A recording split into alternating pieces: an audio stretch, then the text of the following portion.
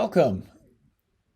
Jonathan Foust here. I will be guiding the following short meditation, and we're going to have an encore talk. A little bit about this before we begin, and then just a few quick announcements before the meditation.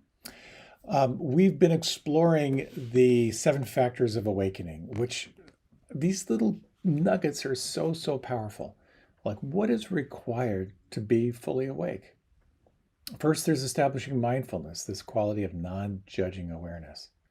And that's your capacity to pay attention, your capacity to focus. And the following talk is one that fascinates me because it's about cultivating energy and vigor. Because if you want to wake up, you have to have gas in the tank. So I'll be exploring in the following talk kind of the principles of working with energy, but also really assessing how do you cultivate more energy and vigor in your life for what's most important. It's good stuff. Really happy to have this time with you. So a couple quick announcements before we begin. First of all, big thank you to our producers, to Glenn Harrison and Leo Gimo, for all they do to make this happen. Thank you to the Insight Meditation Community of Washington for hosting this event. Shout out to my friends at the Unitarian Universalist Church of Arlington, which have been the physical host of Monday Night Meditation for many years. Also, a big thank you to our Mindful Movement leader and to our Mindful Dialogue leaders. Rita Moran leads Mindful Movement at 6:30 Eastern Standard Time, and Ray Manioki and Tara Cassidy lead Mindful Dialogue after. You can get those links on my website, on my Facebook page. It's a great way to have that complete experience of kind of preparing yourself for meditation and the talk, and then having time with really good, like-minded, kind people afterward to share about your insights, share about your practice, and so forth. So all of that is available and there for you. Also, to let you know that this is all offered freely, so no one is denied access to these practices and these teachings. I'm really inspired by that. So it's important to me, and there's significant expense that goes into making this happen. If you're inspired to support that, thank you. Numerous ways that you can donate. So appreciate that. Also, I have a newsletter with a monthly compendium of my talks, resources, and my best photography for the month. So that is it for now. Let us have time for a short meditation. You might want to reach your arms up overhead, stretch out to the left side, the right side, let out any sounds. And as you're ready now, let your eyes close.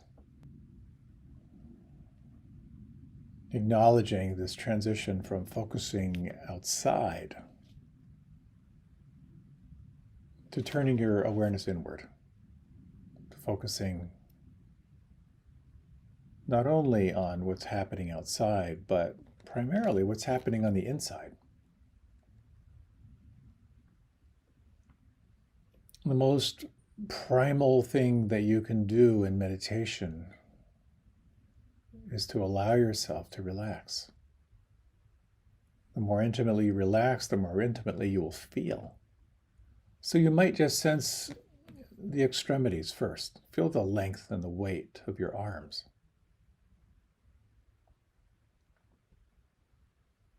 You might also, as an aid to relaxation, feel your breath. Lengthen the breath just a little bit, and on each exhalation, let the exhalation be a sense of letting go.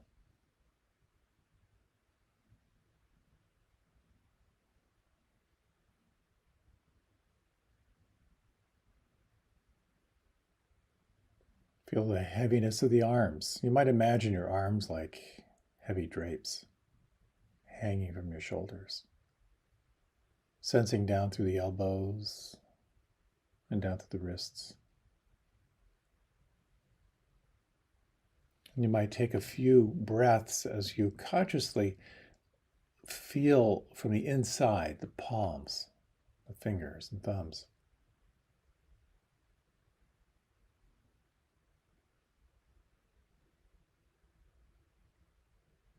And sensing now from the inside out the volume and the length of your legs, from the hip joints down to the knees. the knees down through the ankles.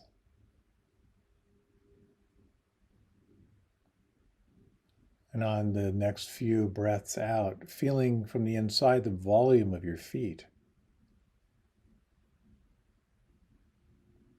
the soles of the feet and the heels.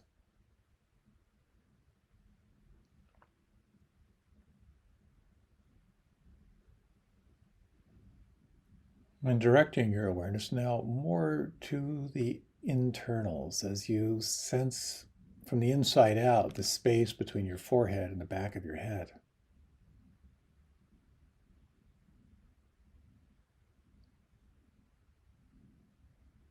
The space inside the sinus cavities.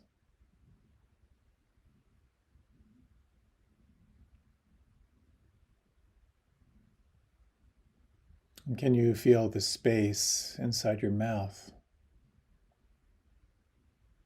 And from the outside in, feel your forehead smooth, the face expressionless.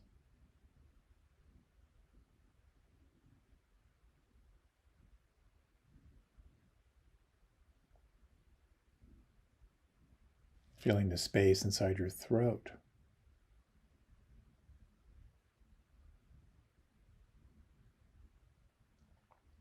And as you feel the breath moving on the inside, can you sense the space inside the lungs?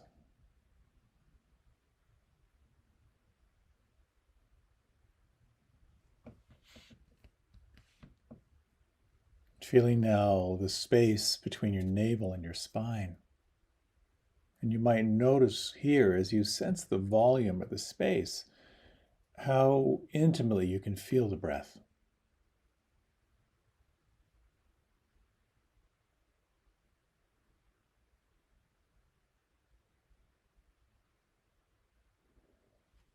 And sensing the floor of the pelvis.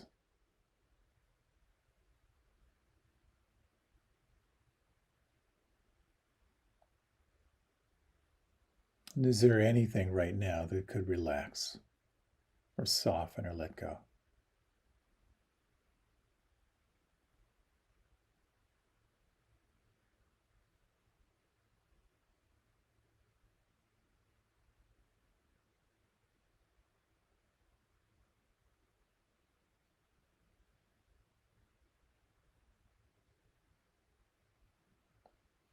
And sensing now who you are as the observer, this quality of the witness. And you might direct your attention to the movement of the breath inside, maybe to the sounds or the feeling in the palms, but one particular point in the world of feeling and sensation. And for the next few minutes, let your attention primarily feel from the inside out, breath, sound, or feeling in the palms.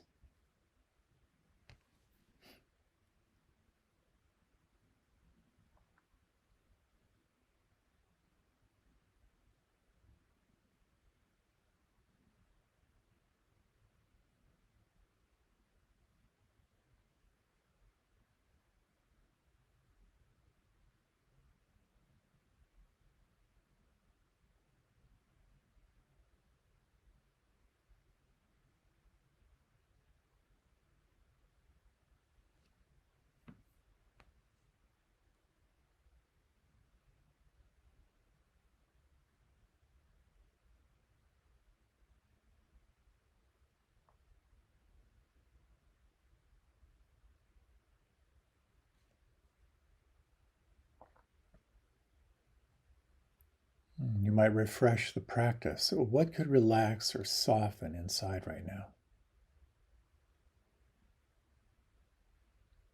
And as you bring your attention to your anchor, to the breath or sound or feeling in the palms, you might explore combining this sense of deep relaxation right at the point of your anchor and tracking from the inside, noting quality of feeling and the quality of attention.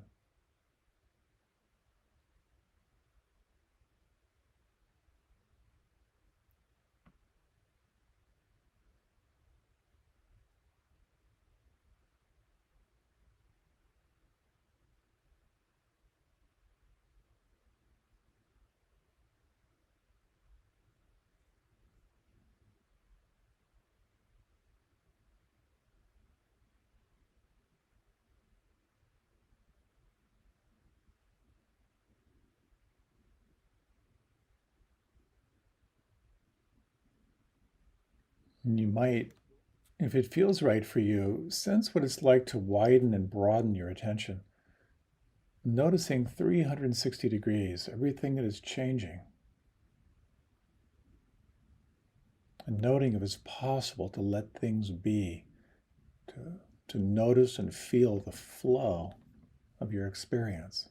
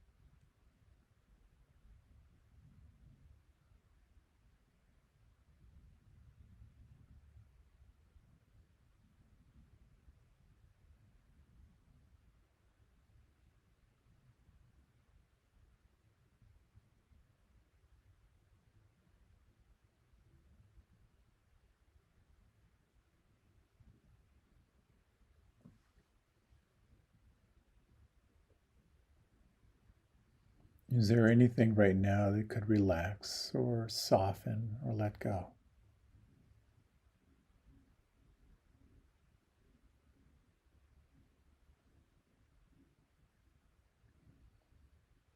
And you might explore in this remaining time, just a minute or so, dropping all effort, any sense of control or manipulation of your experience. But to sense what it's like to relax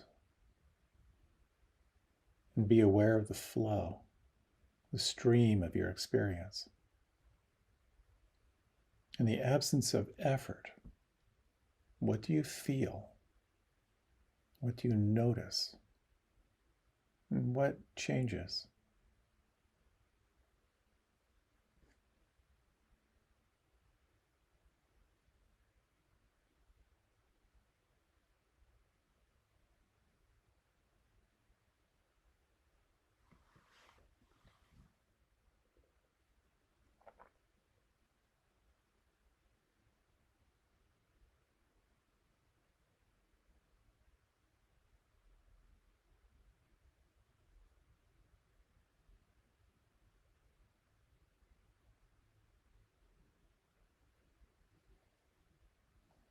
Noticing now everything that is in the realm of feeling, the quality of sensation, sensing everything that moves.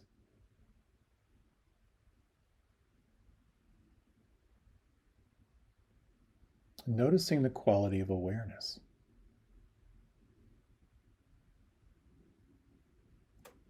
It's been said the entire universe is made up of two elements.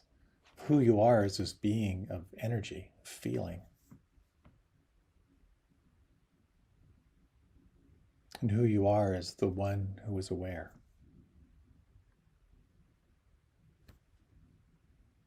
You might like to gently deepen your breath. Feel free to reach your arms up overhead. Welcome back. I needed that. Please enjoy this following talk on cultivating vigor, cultivating more energy in your life to help you focus on what's most important.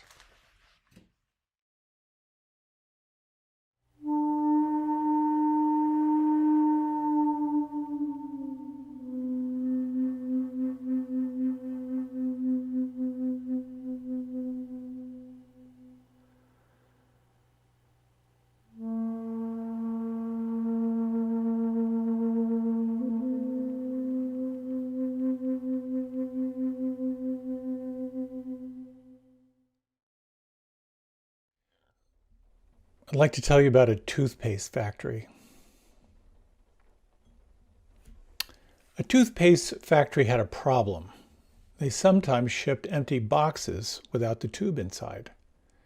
This is due to the way the production line was set up, and people with experience in designing production lines will tell you how difficult it is to have everything happen with timing so precise that every single unit coming out is 100% all the time. Small variations in the environment, which can't be controlled in a cost-effective fashion, mean you have to have quality assurance checks, all distributed across the line, so the customers way down in the supermarket don't get angry when they buy a box with no toothpaste in it. So understanding how important that was, the CEO of the toothpaste factory got the top people in the company together. They decided to start a new project, and they would hire an external engineering consultant to solve their empty box problem. The in-house engineering department was already too stretched to take on any extra effort. So the project followed the usual process. There was a budget, project-sponsored allocations, RFP, third parties selected, 6 months, and $8 million later, they had a fantastic solution. It came in on time, on budget, high quality. Everyone in the project had a great time. They solved the problem by using high-tech precision scales that would sound a bell and flash lights whenever a toothpaste box would weigh less than it should. And the line would stop. Someone had to walk over and yank the defective box out of it, press another button, which would restart the production line. So a while later, the CEO decides to have a look at the return on investment of the project, and he was blown away. No empty boxes ever shipped out of the factory after the scales were put in place. Very few customer complaints, they were gaining market share, and he thought to himself, that was money well spent. But then he looked closely at the other statistics in this report. It turns out the number of defects picked up by the scales was 0 after 3 weeks of production. It should have been picking up at least a dozen a day, so maybe there was something wrong with the report. He filed a bug against it, and after some investigation, the engineers came back saying the report was correct. The scales weren't picking up any defects because all the boxes that got to that point in the conveyor belt were good. So the CEO was obviously puzzled, and he went to the factory and he walked up to that part of the line where the precision scales were installed. But a few feet before the scale, there was a $20 desk fan that was blowing empty boxes out of the belt and into a bin. So he asked, and one of the workers said, oh, that. Well, one of the guys put it there because he was tired of walking over every time the bell rang. This is a series on waking up. And I really like that story because it really speaks to dealing with the problems that arise in life, and then how do we deal with them? How do you find solutions to the issues that arise in your life? We've talked so far about mindfulness, about seeing clearly. We've talked about investigation, about looking closer at what's happening in your experience. And I'd like to talk here about energy, about mental acuity, about sort of like intellectual vigor, but also to talk a little bit about physical vigor at the same time. The analogy, which is probably overused, is that when you want to wake up, you're swimming upstream. Not only are you swimming against the conditioning of your own experience, who wants to feel pain? We're all looking for pleasure. But you're swimming against the conditioning of our culture. Now, the Buddha allegedly said this 2,500 years ago, before email and before the internet, that you're swimming against the conditioning of your culture. This culture is not necessarily designed about celebrating when you slow down and sense what's actually happening. It's actually trying to get you to buy things to make you feel better and to buy things to make the pain go away. So I'd like to talk in the little bit of time I have with you. First, what does waking up really mean? And second, how do you work with and how do you cultivate mental energy and vitality? And how do you cultivate physical energy and vitality? And then how do you manage this? How do you more and more skillfully manage energy in life? I gave a talk on this topic a few months back, and I'll be offering a variation on my sharing here. And to me, this topic of energy and working with energy is so important because it's such a fundamental building block in your whole life.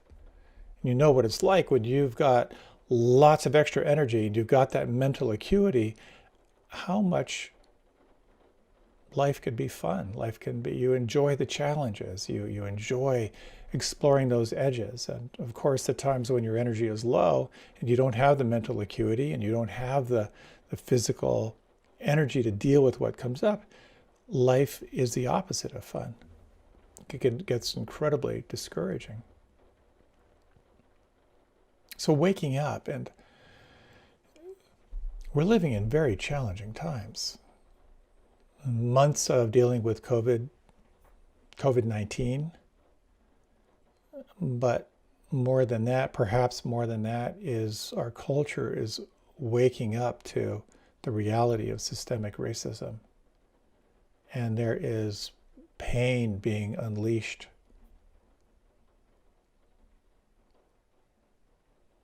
There's bad news and there's good news. The bad news is it's so painful. It's so hard to stay open to the raw reality that we're experiencing now. The good news, I hope, is that this is a healing crisis. That there are more and more people now aware of the almost inexpressible pain of generations of abuse. So in mindfulness, we explore these two wings. What exactly is happening? And then how are you relating to it? Inevitably, when there's any form of fear and helplessness result in trauma,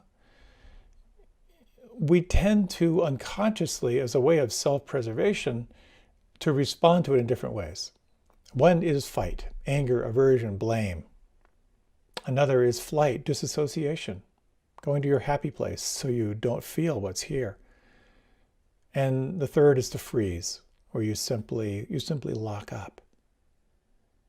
And it's been very powerful for me as I've explored my relationship to what is happening in our culture, to sense the different ways that I respond, from anger and aversion to just not wanting to feel, to feeling absolutely locked up in paralysis.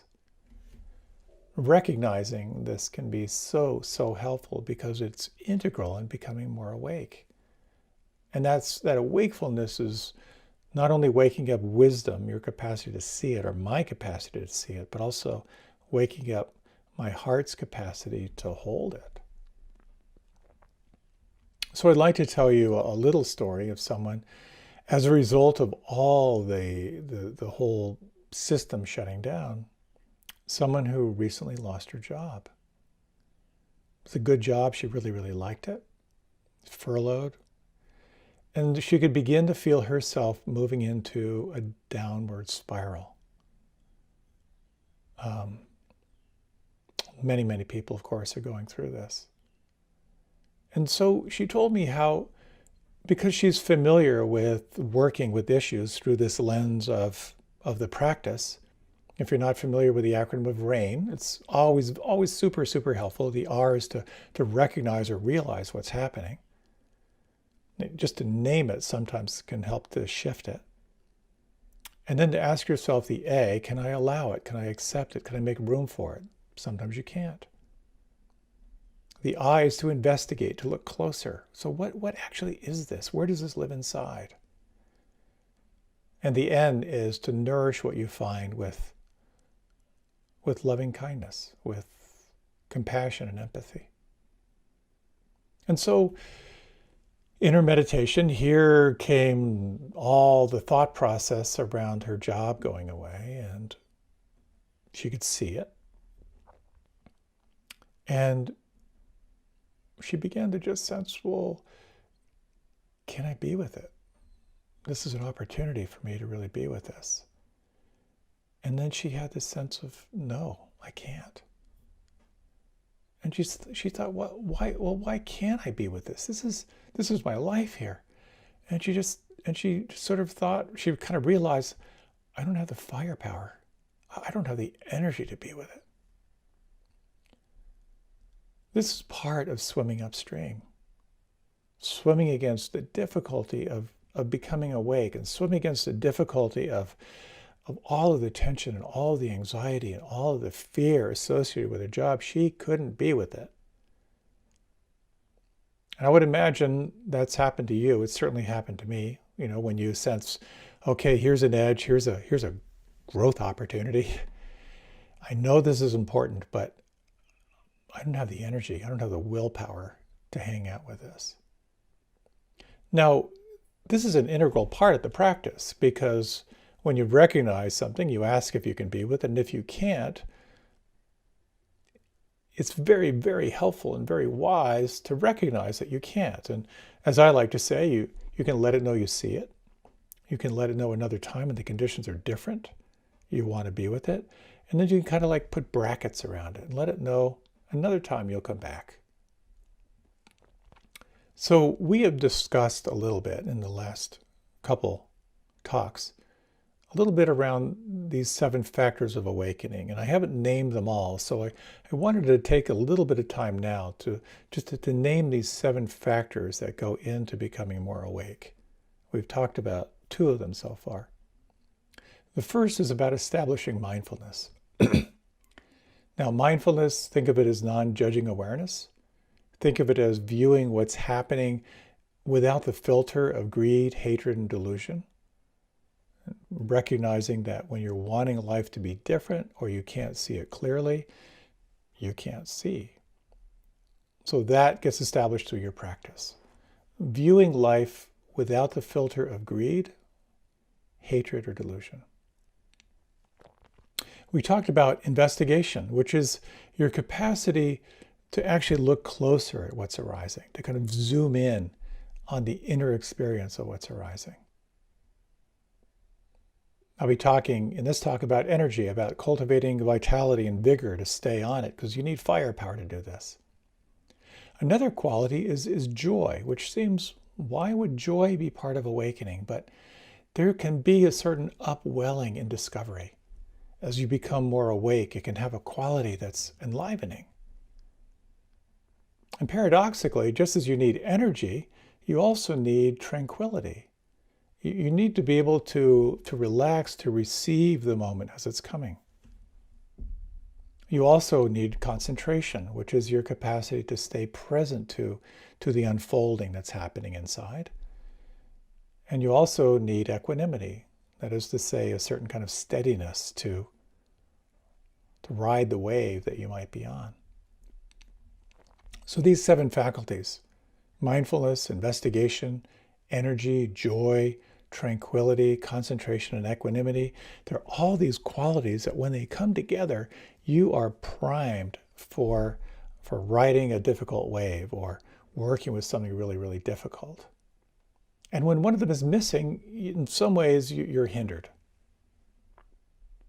So these 7 qualities, these 7 factors of awakening are in stark contrast with what are referred to as the 5 hindrances, the 5 mental states that get in the way of seeing clearly. And that is the wanting mind, the aversive mind, the worried mind, the heavy, slothful, depressed mind, the doubtful mind.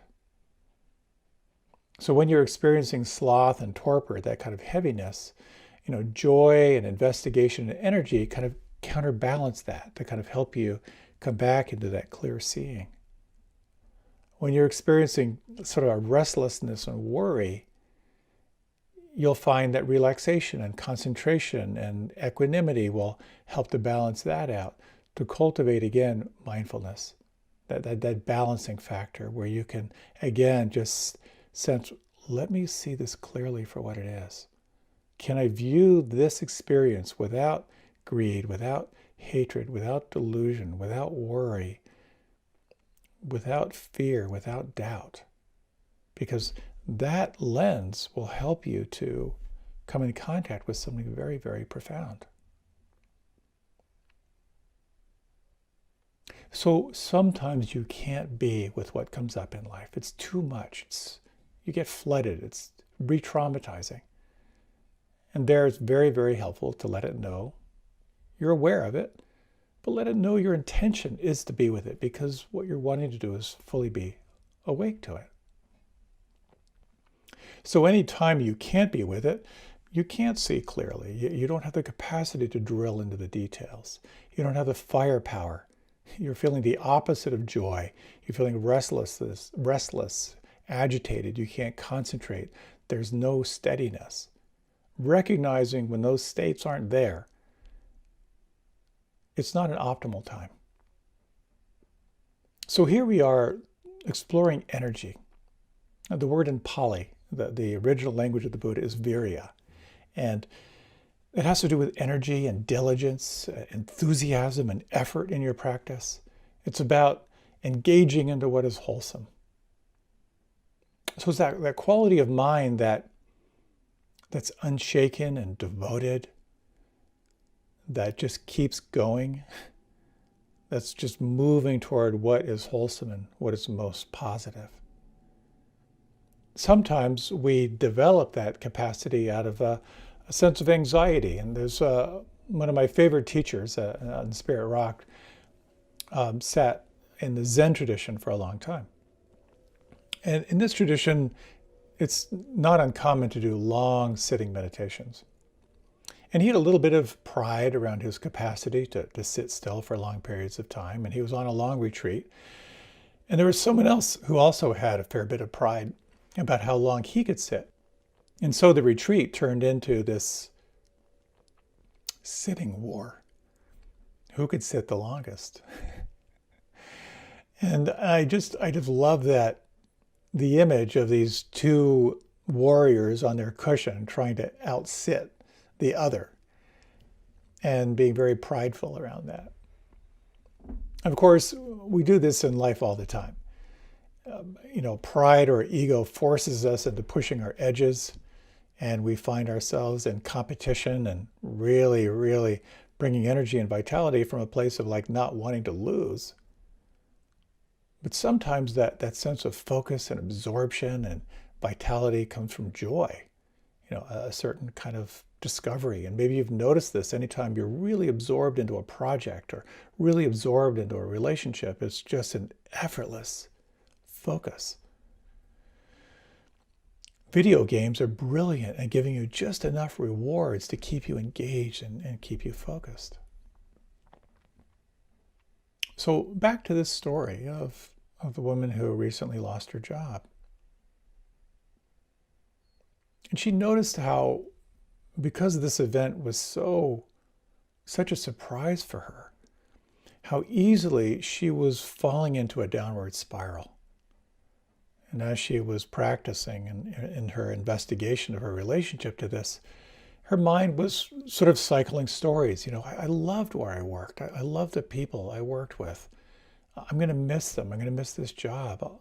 I'll never find a job that's this good, where I'm doing what I love and I'm part of an organization and I believe in their mission.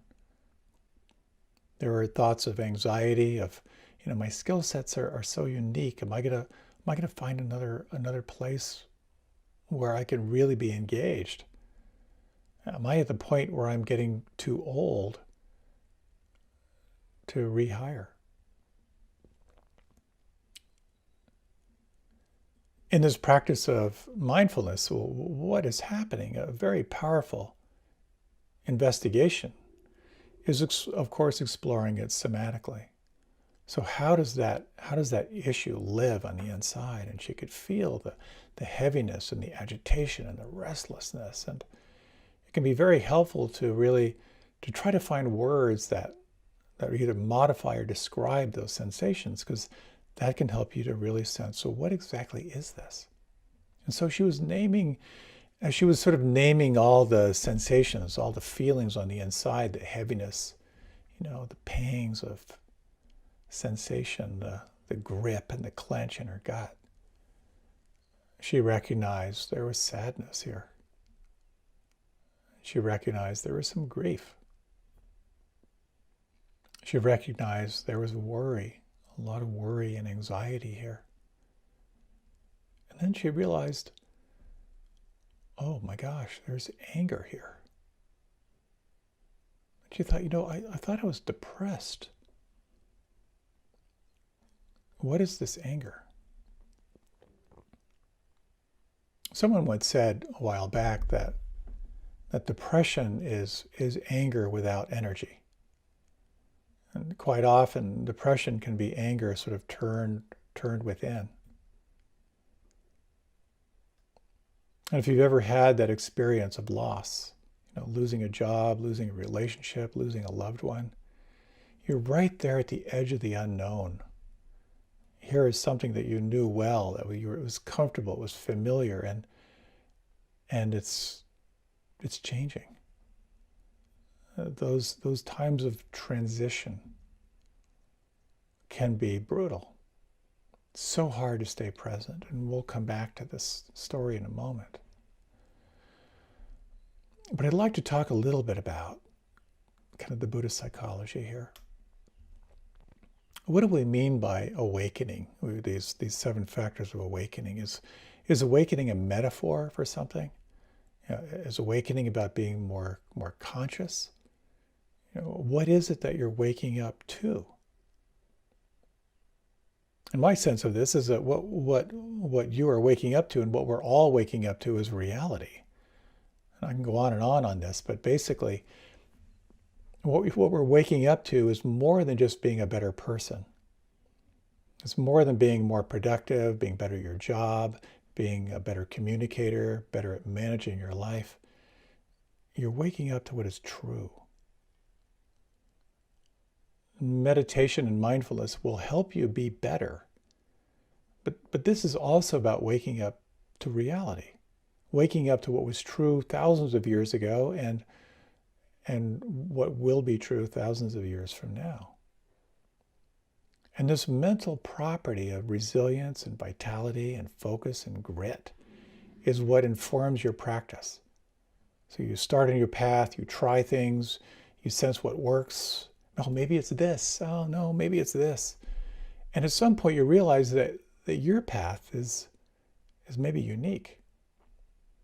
With all the traditions and practices and observances and restraints and techniques out there, what is your path? There are lots of paths that will tell you that they are the highest and the best and the most direct, but ultimately it's up to you to discern that for yourself.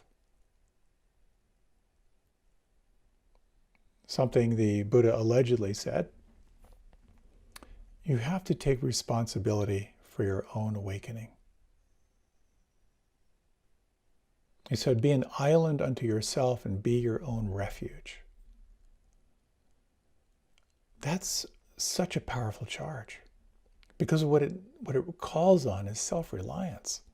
It's about how do you cultivate the dance of skepticism and healthy doubt with being open-minded and being open-hearted. When the Buddha allegedly said, don't believe a word of what I'm telling you, you have to verify this for yourself, that's a very, very powerful charge. So there's a phrase, I'm going to wreck the pronunciation, but this is in Pali, manivata abhikama, which means falter not, advance. This, of course, is an important part of our practice, your capacity to not falter, to advance. So as you're cultivating mental energy, mental vitality, part of what this is sort of fourfold. It's really exploring what is not wholesome that arises in your experience, and to the words often translated as eradicate. But basically, how do you let go? Or how do you let go of what is not wholesome? And how do you prevent the arising of what is not wholesome? And how do you cultivate wholesomeness? And with that which is already wholesome, how do you promote the growth of that? So it's really about sensing what is wholesome, what is not wholesome. How do you either avoid it or diminish it? And where you sense it, how do you grow it, and how can you continue to grow it? So this requires a certain amount of awareness, but of course, energy and determination. So there's an element, there are teachings here that are pretty strong about energy, grit, determination. And here's one of the lines from some of the original texts. The idler does not strive. Though young and strong, is full of sloth, who is weak in resolution. That lazy and idle person will not find the way to wisdom and the way to enlightenment. So basically, if you don't engage, you're not going to get anywhere. Another line. Though only my skin, sinews, and bones remain, and my blood and flesh dry up and wither away, yet never will I give up my quest and swerve from the path of rectitude and enlightenment. Pretty strong stuff. Now, a lot of these texts, it's important to point out, were written by male renunciates. So there's a lot of that quality of male focus. So you get phrases, die on the cushion, meditate like your hair's on fire. There's one classic teaching story of this aspiring student of the Dharma goes to join this meditation master down by the creek. And he says, I want to be enlightened.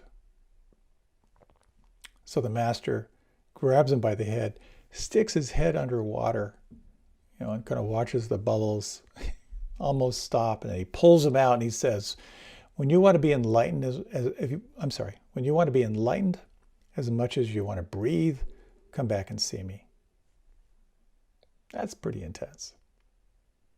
So we have traditions that are all about focus, concentration, willpower. The Shaolin monks, they're known for their amazing strength and amazing skills. In 464 AD, kind of a traveling teacher who was a master of concentration from India made his way to China. And then those Shaolin martial arts in the 18th century were kind of exported to Japan. So that tradition of focus and concentration and will can be enormously powerful and something to cultivate. And at the same time, this is a path of the middle way, of balance, not too tight, not too loose.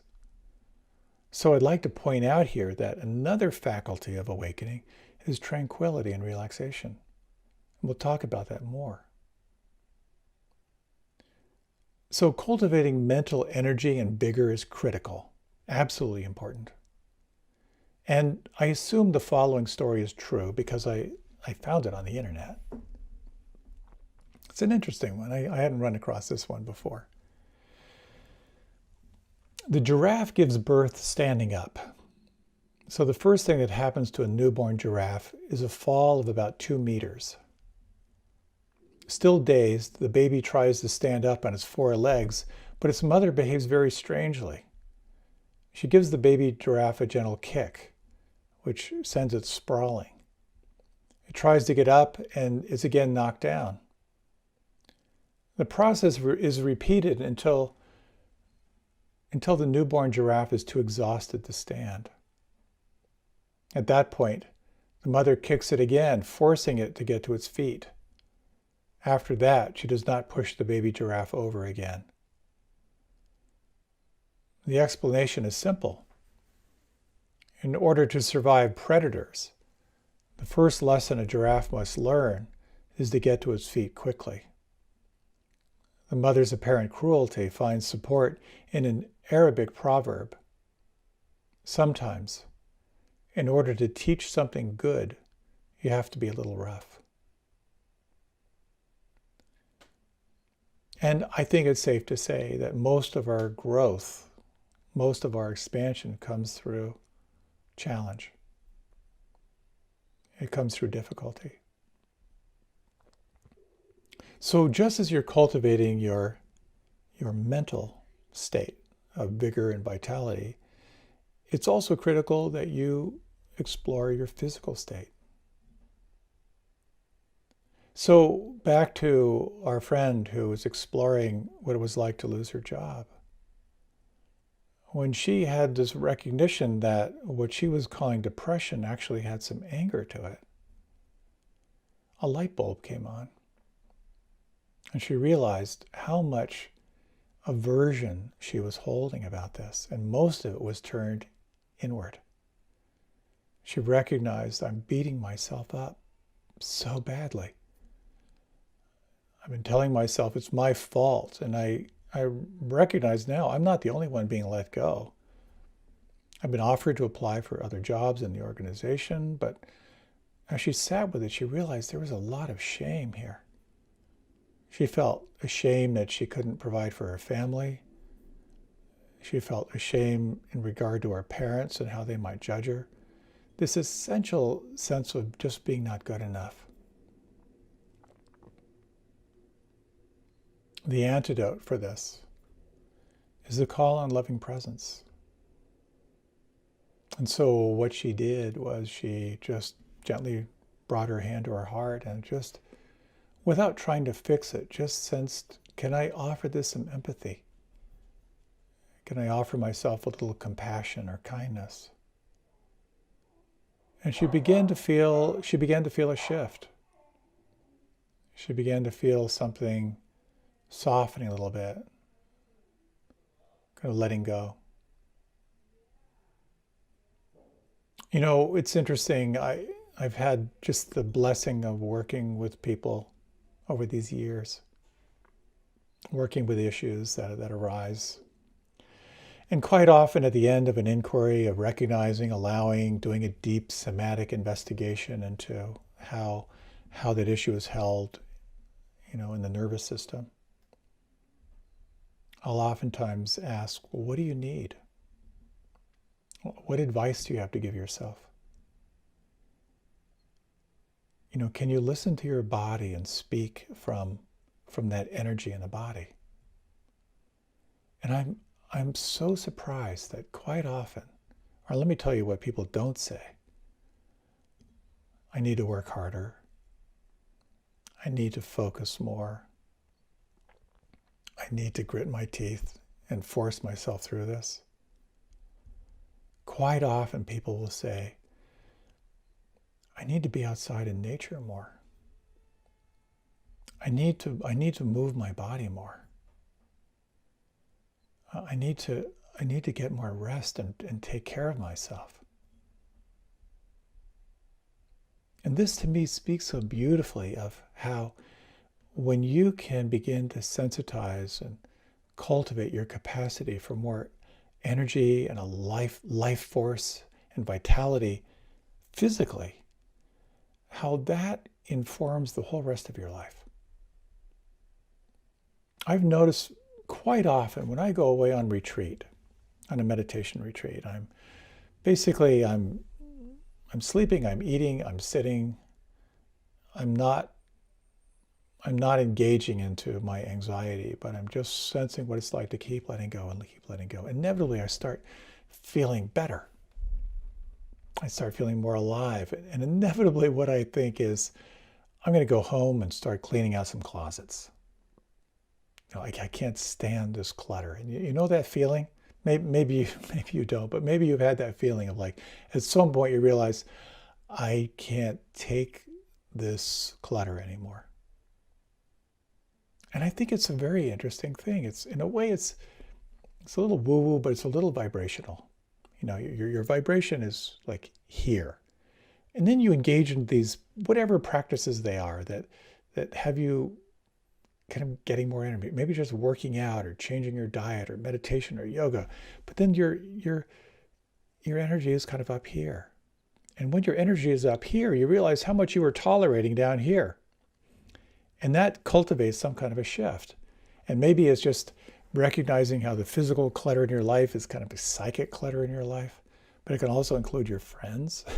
It can include activities. All these things that were kind of like a vibrational match before are no longer really a vibrational match. And that's what this practice is all about. It's becoming more alive and more awake and more aware. And as your vibration, if you will, shifts, as you become more vital and more alert, then there's more and more that you were tolerating before that just not tolerated anymore. You can't do it anymore.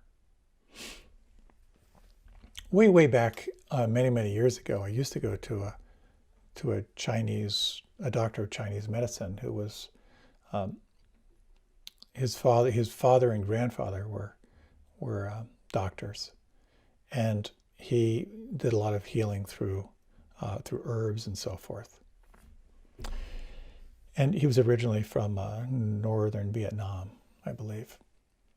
And so he would take your pulse, and then he would kind of look at you, and then say a few phrases, and then he would go in the other room and chop up all these wild stuff that you'd put into a tea and boil it down from 2 quarts to 1 cup and drink that half cup. But every time I went to him, he'd take my pulse and he'd look at me, and he would say, "Rest more, eat more." Every time. Rest more, eat more. Which was exactly what I needed to hear, because I was in a time in my life when I was grim and I was focused. So when we talk about balance, sometimes we need energy, sometimes we need more calm. Coffee, ooh, it's so stimulating, it's so much fun. Too much? Well, then you're like a chipmunk on speed. Spicy food, it's so much fun. Too much fire, too much upset. Binge watching Netflix and sitting back on the sofa, so much fun. But then it becomes kind of deadening. Sleep, so important, so restful, but too much, then you're spiraling downward. That in-between place, that's the sweet spot. So with just a few minutes left, let's do a 1-minute inquiry. If you like, you can close your eyes. When you think of your energy, just your vitality, anything you choose to do will have 3 results. One is it's going to give you energy, or it's going to deplete you in some way, or it will be revenue neutral. And you might, just in these moments, just reflect, what are 3 things that you're doing now in your life that in some way deplete you?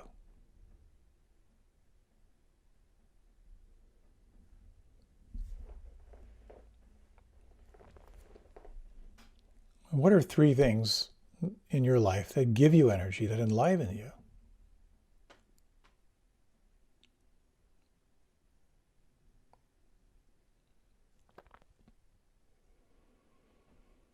And if you like, you can open your eyes. I highly recommend this exercise. Just get out a piece of paper, name all the things that are depleting you, name all the things that give you energy. And when you look at the things that deplete you, you can sense, does this require an internal change or something I need to change externally? And having that list of what gives you energy, put it somewhere where you can see it. So when you find yourself spiraling down, oh yeah, going for a walk or dancing around the house or whatever it may be. So cultivating mental energy. One of the things, I'll just leave you with one thing that I found helpful. And that is to ask yourself why you are engaging into an activity. Why am I going to work today? Well, perhaps it's to provide for your family,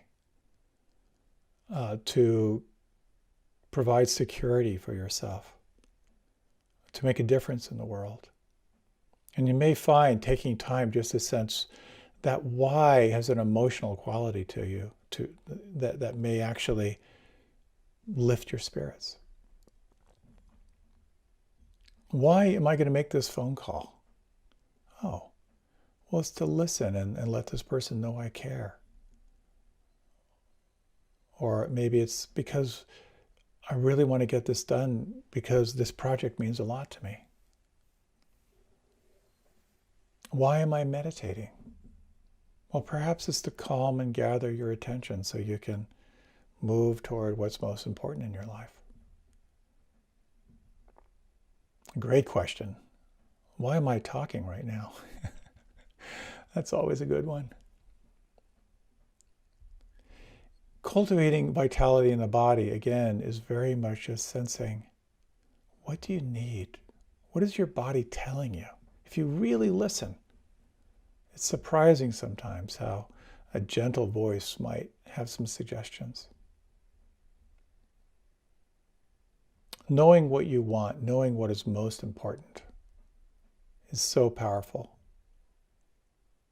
And if you don't know what the most important thing in your life is, then it's helpful to make knowing that most important thing the most important.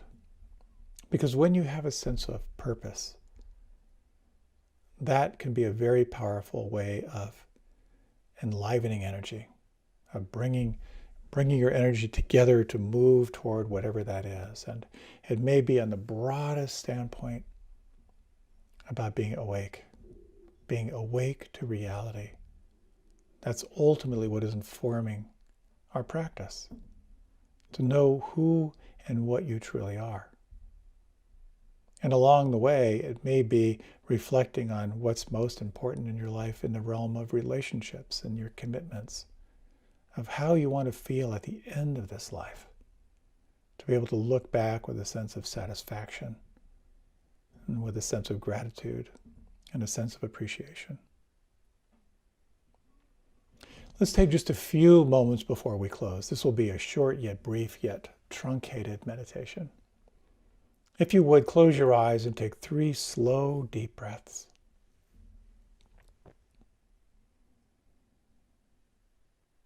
Take a moment to relax and feel.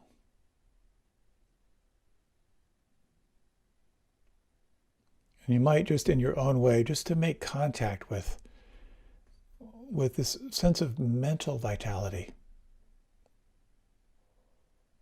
A mind that is unwavering in what is most important. That is called to know what true happiness is, what it means to be free from stress, what it means to be awake, and what it means to have a heart that is so open it can hold everything.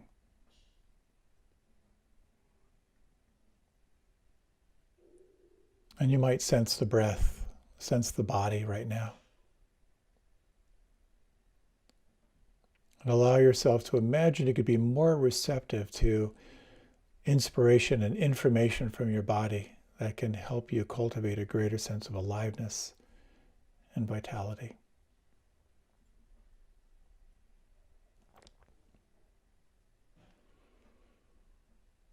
If you like, you can open your eyes, you can deepen your breath. In times of challenge, and particularly we are living now in challenging times, it's more and more important that we all practice radical self-care so our cups can feel full and overflowing, so we can remember what's most important, and can we move toward that with greater wisdom and with greater compassion. Thank you so much for your time and attention. I wish you well. May your energy feel alive and vibrant, and may your path feel rich and full. Thank you so much.